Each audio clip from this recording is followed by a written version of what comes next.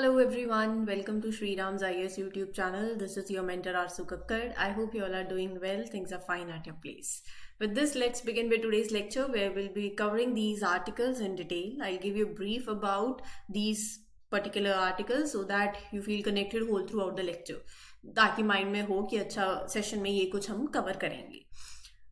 I think let's begin. शुरू करने से पहले मैं बता देती हूँ जिन्हें ये सेशन अच्छा लगता है आपको क्या करना है आपको पता है. चैनल को सब्सक्राइब जरूर कर लीजिए and make sure that you mark your attendance by liking this lecture if you are liking these lectures, if they are helping in your preparation. And comment section में अपने फीडबैक जरूर दिया करो. I am seeing feedback of many of the aspirants who are watching these lectures, so thank you for giving such wonderful feedback. It feels great कि आपको ये sessions अच्छे लग रहे हैं. As far as the articles are concerned, तो पहला जो आर्टिकल है आपके स्क्रीन पर दैट जो मेंशन्ड है, पॉइंट्स जो है मतलब जो हम कवर करेंगे, पहला है गो होम एंड रीयूनाइट पोर्टल. तो कैसा ये पोर्टल है? बेसिकली ये जो पोर्टल है ना, ये एनसीपीसीआर बोले तो national commission for protection of child rights, उन्होंने डेवलप किया है. क्या होगा इस पोर्टल में, क्या इसके फीचर्स होंगे, और will talk about the static section also, जहां पर हम एनसीपीसीआर के बारे में कवर करेंगे. कब कॉन्स्टिट्यूट हुई, कैसे कॉन्स्टिट्यूट हुई, क्या इसके फंक्शंस हैं, और एवरीथिंग अबाउट इट जो आपके प्रीलिम्स के पॉइंट ऑफ व्यू से इंपॉर्टेंट है. ठीक है जी. अगली जो है that is a species Aldabra rail. तो ये स्पीशीज कैसी है, क्यों न्यूज में है, इसका साइंटिफिक नाम क्या है, इसका अपीयरेंस कैसा है, ये सारे डिस्कशन करेंगे इसके बारे में. प्रीलिम्स के पॉइंट ऑफ व्यू से it is important. Next you have national research foundation.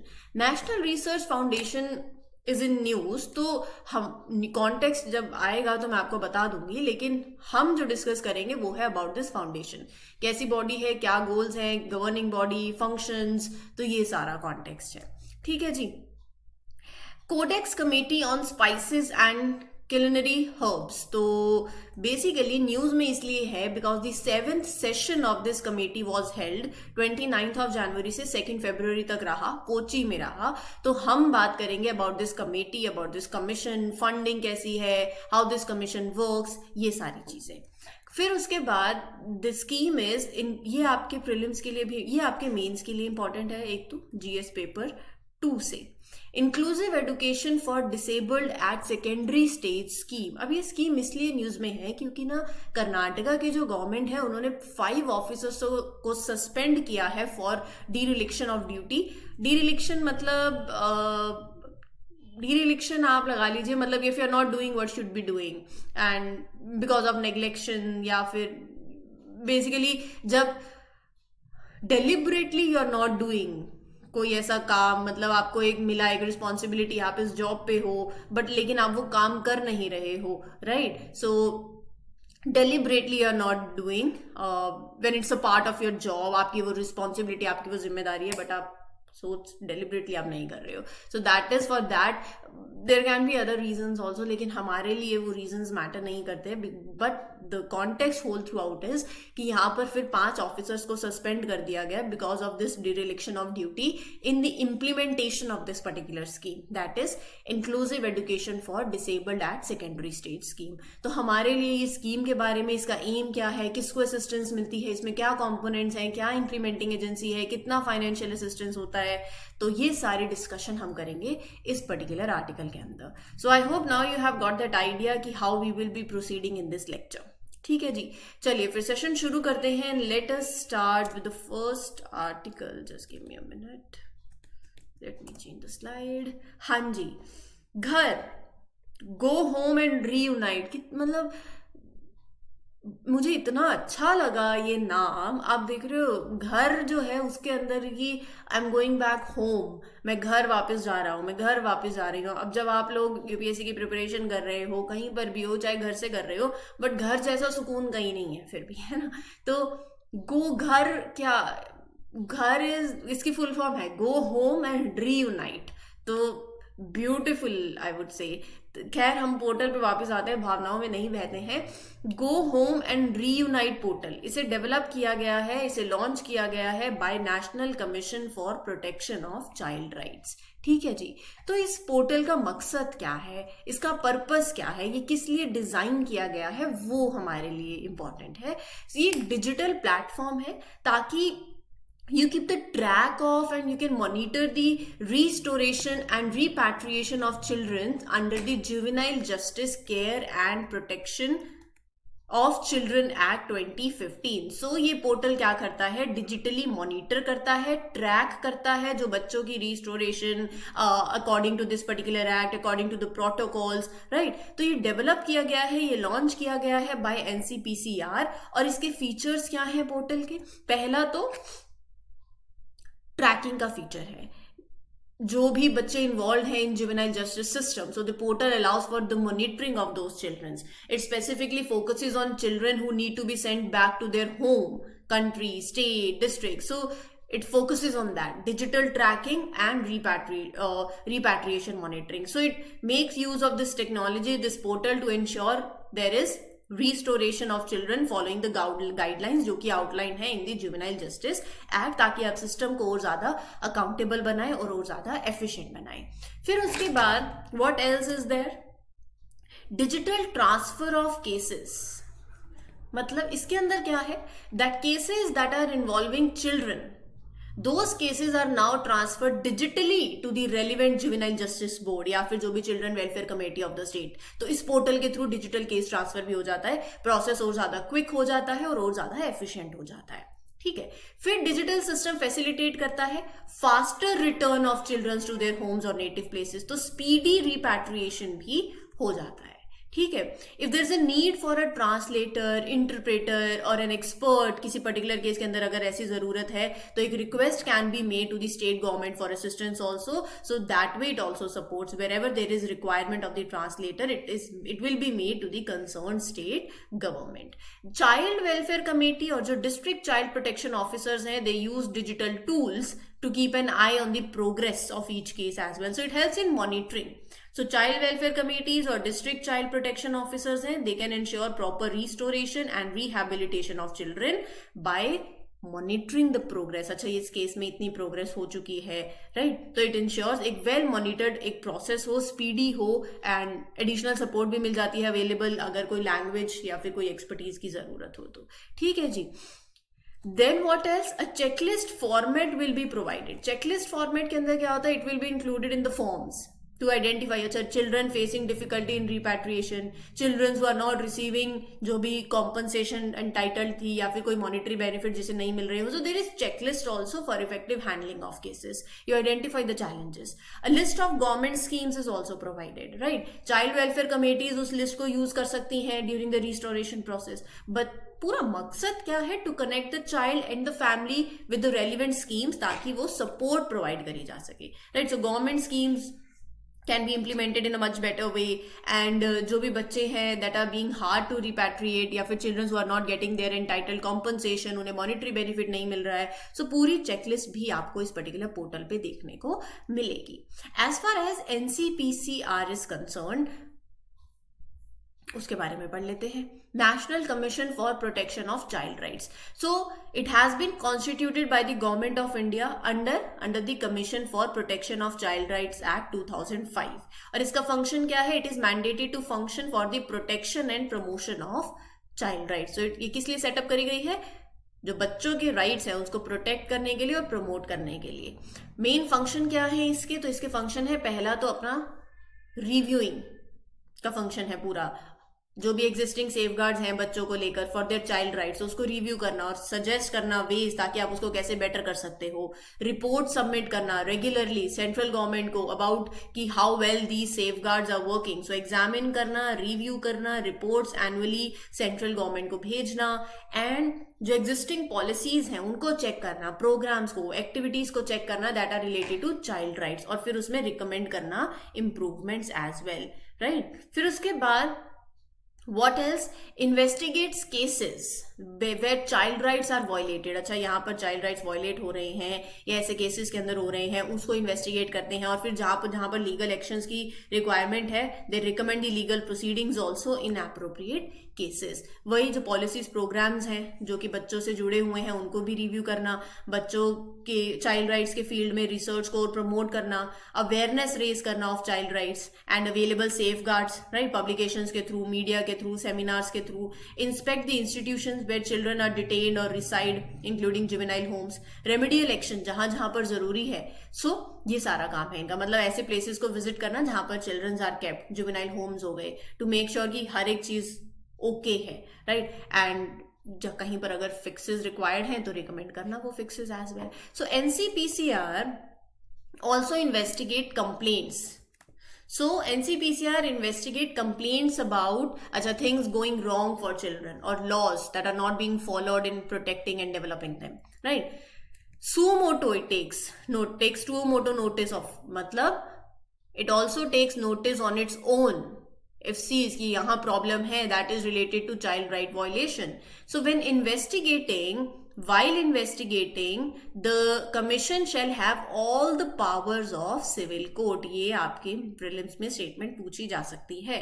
Commission is further mandated to monitor the proper and effective implementation of these 3 acts: POCSO Act, Juvenile Justice Act, and Right to Free and Compulsory Education Act 2009. So they have this job of keeping an eye on how well these laws are being followed. ठीक है जी, अगले article पे चलते हैं. Next is your Aldabra rail. Flightless Aldabra rail went extinct over 130,000 years ago, but species then reappeared via iterative evolution. तो iterative evolution का मतलब भी मैं आपको बताऊंगी. पहले मैं आपको इस स्पीशीज के बारे में बता देती हूँ. इसका साइंटिफिक नेम है ड्राइलोनिम्नस क्यूरी एल्डेब्रेनस, राइट. कहाँ पर आप पाए जाते हैं? South east coast of Africa के आसपास. अब इनकी अपीयरेंस देखो, मैं आपको तस्वीर दिखाती हूँ, ये पिक्चर है. अब मैं अपीयरेंस बोलूंगी, आप इमेजिन देखो, आपके सामने ही है, so keep it in mind now. Size थोड़ा चिकन जैसा साइज है, ग्रे बैक है with flecks, rusted red head है एंड चेस्ट, अगर आप ये देखो, है ना, और इधर वाइट थ्रॉट है. ठीक है, it belongs to white throated rail species. So this Aldabra rail is the only living flightless bird in the Indian Ocean. जैसे कि मैंने आपको बताया 130,000 years ago it went extinct, but somehow reappeared through this process that we call as iterative evolution. यहाँ UPSC आपको फंसा सकती है कि iterative evolution क्या है, अभी आपको बताऊंगी. So essentially it evolved twice, losing the ability to fly again after being extinct. Extinct के बाद ऐसा क्या हुआ, I'll tell you. In losing its ability to fly once again, the species has essentially evolved twice, rising from the dead through a process that we call as iterative evolution. पहले मैं आपको term बताती हूँ. Iterative evolution can be defined as repeated evolution of a species, trait or body plan from the same ancestral lineage at different points in time. समझ नहीं आया ना? कोई बात नहीं, टेंशन की बात नहीं है. Let's understand. It means that same type of change happens more than once, but at different times. जैसे कि see, it went extinct when the area went underwater. Study ने ऐसा कहा. Later, similar flightless bird was evolved again from the same family. So iterative evolution का मतलब ही यही है कि same type of change happens more than once but at different times. In this case, you see the ability to fly was lost and they once again gained again in the same family of the birds over a long period of time. मैं इसको ना फिर भी आपको एक example से समझाती हूँ to make it very simple for you. सोचो that एक किसी फैमिली का एक ट्रेडिशन रहा है of a very unique dance. ठीक है, अब इमेजिन करो that this dance is so special that over the years different family members independently started doing their own versions of it. इतना यूनिक था कि बाद में जैसे जैसे आगे बढ़ते गए तो family members started doing their own versions independently. तो हर एक generation will come up with slight variations. They are creating similar dance but with some differences. So natural world में भी स्पीशीज में independently develop that similar traits or body plans because of certain environmental challenges, even if they are not closely related, but क्योंकि similar environmental challenges के चलते ही हो सकता है that species might develop similar traits. This process of iterative evolution ये क्या showcase कर रहा है? फ्लेक्सिबिलिटी, एडॉप्टेबिलिटी ऑफ लाइफ, जहां पर similar solutions can emerge but independently in different lineages over time. Are you getting my point? Right, that is what iterative evolution means. Right, so जैसे कि आप नेचर और एग्जांपल लेते, लिविंग ऑर्गेनिजम्स के they also have a kind of family tree, evolutionary tree हम बोलते हैं. Iterative evolution occurs when कोई स्पेसिफिक ट्रेट और body plan evolves more than once in the history of that particular group of organism, right? लेकिन ये जो changes होते हैं it happens at different moments in time, जैसे कि मैंने अभी आपको बताया. Sorted, that is what iterative evolution is. अगला अपना है National Research Foundation. क्यों पढ़ रहे हैं हम इसको? Despite approving a bill to set up a national research foundation, ये किस लिए है? To boost scientific advancement in the country, just 8 months earlier, Union government was silent on allocation for the institution or progress made so far in the interim budget for 2024-25. National Research Foundation जो है, it is a big deal for boosting scientific research in India. But even though government approved it, allocated a significant budget, जो recent budget announcement हुई interim budget के अंदर, it did not provide details कि how much money has been allocated for the progress that is made. Right?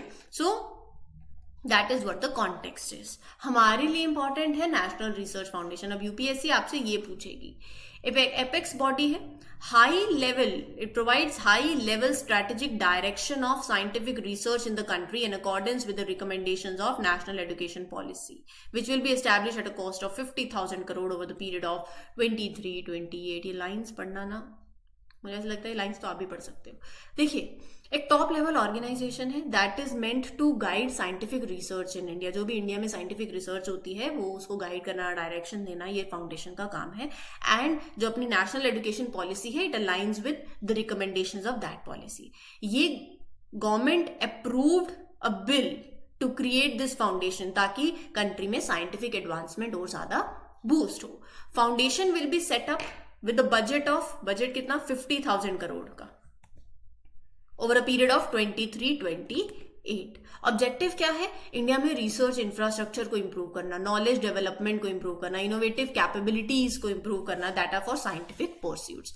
So concern यही है कि even though government approved the NRF bill, 8 महीने पहले उन्होंने अप्रूव कर दिया था, बट अभी कोई रिसेंट बजट के अंदर कोई मेंशन नहीं किया है about the funds that are allocated for the foundation और the progress that is made so far. Budget के अंदर कुछ मेंशन नहीं किया उन्होंने. Right now what are the goals of NRF? It in private sector involvement, to increase private sector contribution to research in India. पहला तो private sector की involvement, private company से कंट्रीब्यूशन इंक्रीज हो to research. And then second is to ensure that more government funds are directed to state universities and colleges. Nodal agency department of science and technology है department that will be NRF administrative department. ठीक है. Governing body, 3 चीजें ध्यान में रखना इसमें. पहला तो ये है कि prime minister will like automatically be the president of the board. तो हम एक्स ऑफिशियो इसलिए यूज करते हैं. प्राइम मिनिस्टर है, जो भी प्राइम मिनिस्टर है, तो प्राइम मिनिस्टर जो भी होंगे that will be the ex officio president of the board. तो union minister of science and technology and union minister of education, science and technology के मिनिस्टर और एजुकेशन के मिनिस्टर, वो होंगे ex officio vice president. Right, they will, जो भी union minister होंगे science technology के, एजुकेशन के, वो वाइस प्रेसिडेंट की तरह सर्व करेंगे. NRF के डे टू डे ऑपरेशंस जो है that will be overseen by executive council that is chaired by principal scientific adviser to the government of India. Functions, NRF का एम क्या है? To bring industry collaboration. देखो, एक collaboration function है इसका, और एक पॉलिसी फ्रेमवर्क क्रिएट करना फंक्शन है. कोलैबोरेशन बोले तो industry, academic institution, government department, research centres को साथ लेकर आना. And you want to create a system जहां पर industry, state governments actively participate करें और कंट्रीब्यूट करें alongside the scientific and governmental bodies. Policy framework मतलब NRF will focus on establishing policies, regulatory processes, मकसद यही है कोलैबोरेशन को एनकरेज करें और इन्वेस्टमेंट्स को इंक्रीज करें by industries in research and development. ठीक है जी। अगला जो आर्टिकल है that is regarding your 7th session of Codex Committee on Spices and Culinary Herbs that was held on 29th जनवरी से 2nd, मैंने आपको बताया 29 जनवरी से 2 फरवरी तक 7th सेशन हुआ था इस कमेटी का। कहां पर हुआ था? कोची के अंदर। तो हमारे लिए क्या इंपॉर्टेंट है इस कमेटी के बारे में जानना। ये जो कमेटी है 2013 में बनी थी as one of the committees under codex alimentarius commission. CAC के अंदर ये committee codex committee on spices and culinary herbs ये एस्टैब्लिश हुई 2013 में। ठीक है। India has been hosting this committee जब से since its inception. India host this prestigious committee since the beginning. Spices board India serves as the organization managing the committees session. तो spices board of India serves as secretariat organisation. जो 7th session हुआ अभी recently, इसके दौरान quality standards for 5 species were finalized. Cardamom, turmeric, juniper berry, allspice and star anise. So ये सारे के सारे 5 स्पीशीज हैं, स्पाइसेस हैं जिसके लिए क्वालिटी स्टैंडर्ड्स जो है वहां पर डिस्कस हुए थे। कॉडेक्स एलिमेंटेरियस कमीशन की बात करूं तो FAO WHO के द्वारा जॉइंटली एस्टैब्लिश करी गई इंटरनेशनल इंटर गवर्नमेंटल बॉडी है। रोम बेस्ड है, इंपॉर्टेंट इंफॉर्मेशन है सारी, और इसमें 189 मेंबर कंट्रीज है। ठीक है। एस्टैब्लिशमेंट हो गया, लोकेशन हो गया, मेंबर्स हो गए। मेंबरशिप की बात करूं तो commission is open to all the member nations and associate members of Food and Agriculture Organization and WHO जो कि इंटरेस्टेड हैं in international food standards. Commission के रेगुलर सेशंस होते हैं वंस अ ईयर, ये भी इंपॉर्टेंट है, और ये alternately they take place Geneva Rome ऐसे। फंडिंग की बात करूं तो commissions work is funded through regular budgets of WHO and FAO। Funding regular budgets of WHO and FAO के से ये चलता है। जितने भी एक्टिविटीज है they are subject to approval by the government bodies of these parent organisations. अब ये जो कमीशन है ये वर्क करती है in 6 official languages of United Nations and standards that are set by this commission they are acknowledged by World Trade Organization. और ये जो स्टैंडर्ड्स हैं ये बहुत ही इंपॉर्टेंट रोल प्ले करते हैं अगर कोई भी डिस्प्यूट हो जाता है इन रिजॉल्विंग दोज ट्रेड डिस्प्यूट्स जो कि फूड सेफ्टी और कंज्यूमर प्रोटेक्शन से जुड़े हुए हैं। ठीक है जी। सो जो स्टैंडर्ड्स हैं that are developed by the committees under the CAC जब भी हम जिसकी बात कर रहे हैं including the codex committee on spices and herbs the standards are voluntary. So voluntary nature है। Member countries they can choose to adopt, they can use them as a reference standard ताकि वो अपने नेशनल स्टैंडर्ड्स के साथ align कर सके। Basically purpose यही है कि फूड स्टैंडर्ड्स में हार्मनी लेकर आया जाए। ठीक है जी। So that is the purpose, ताकि ग्लोबल ट्रेड जो है फूड में उसको फैसिलिटेट किया जाए, फूड सेफ्टी को इंश्योर किया जाए, ग्लोबल कंज्यूमर्स में हेल्थ को सेफगार्ड किया जाए। अब कर्नाटका गवर्नमेंट ने 5 ऑफिसर्स को सस्पेंड किया based on for the dereliction of duty during the implementation of this particular scheme. तो स्कीम क्या है? स्कीम है inclusive education for disabled at secondary education scheme. 2009-10 के अंदर ये स्कीम लॉन्च करी गई। ये स्कीम ने रिप्लेस किया the earlier scheme of integrated education for disabled children. IEDC को रिप्लेस करके वी हैव दिस IEDSS। इसका पर्पस क्या है? जितने भी बच्चे हैं with disabilities to enable them to pursue 4 years of secondary education एक इंक्लूसिव और एक एनेबलिंग एनवायरमेंट के अंदर after completing 8 years of elementary schooling. 8 साल की एलिमेंट्री स्कूलिंग के बाद मेक श्योर करना कि डिसेबल्ड बच्चे अपनी 4 साल की सेकेंडरी एजुकेशन भी पूरी करें। तो उसके लिए वो असिस्टेंस प्रोवाइड करते हैं ताकि इंक्लूसिव एजुकेशन हो बच्चों की इन क्लास 9 to 12। सो सारे बच्चे कवर किए जाते हैं yes who are studying at secondary stage, चाहे वो गवर्नमेंट स्कूल में हो, local body, government aided schools हो या फिर they are having with 1 or more disabilities as defined under the Persons with Disabilities Act and National Trust Act 1999, जिसमें blindness आ जाता है, लेप्रोसी क्योर्ड, हियरिंग इम्पेयरमेंट हो गया, autism, mental illness, learning disabilities, these all are the disabilities they have mentioned. जो लड़कियां हैं with disabilities they receive special focus to help them gain access to secondary schools, right, and setting up model inclusive schools in every state. हर एक state के अंदर ऐसे model schools हो, inclusive schools हो, वो इस स्कीम के अंदर एनविसेज किया गया है। अब रही बात कंपोनेंट्स की, तो स्टूडेंट ओरिएंटेड कंपोनेंट्स, राइट, तो इसमें as far as student oriented components की बात करें तो इसमें मेडिकल एजुकेशनल असिस्टमेंट हो गया, मतलब बच्चे की हेल्थ और लर्निंग नीड्स को इवैल्यूएट करना, बुक्स, यूनिफॉर्म, स्टेशनरी, ये सब कुछ प्रोवाइड करना, कम्यूटिंग असिस्टेंस देना, transport allowance basically, reader allowance, stipend देना गर्ल्स के लिए, सपोर्ट सर्विसेज, असिस्टेंट डिवाइसेस जो स्पेसिफिक नीड्स हैं उनकी, right, therapeutic services and teaching learning materials देना that will help in their education. फिर उसके बाद और क्या कर सकते हैं आप, अलाउंसेस देना, just a minute, special education teachers को अपॉइंट करना जो एक्सपर्ट हो in this special education, extra support देना टीचर्स को who are handling the disabled childrens, right, teacher training हो and guiding the school administrators, एक डेडिकेटेड स्पेस हो for additional resources, resource room होना, barrier free environment, making the school environment that is accessible for all, that is the purpose. Implementing agency के अंदर बहुत सी NGOs involve हैं, those who are having this experience, school education department of state government या फिर union territory administration, वो implementing agencies हैं। Financial assistance के तहत central assistance for all the items that are covered in the scheme is on 100% basis.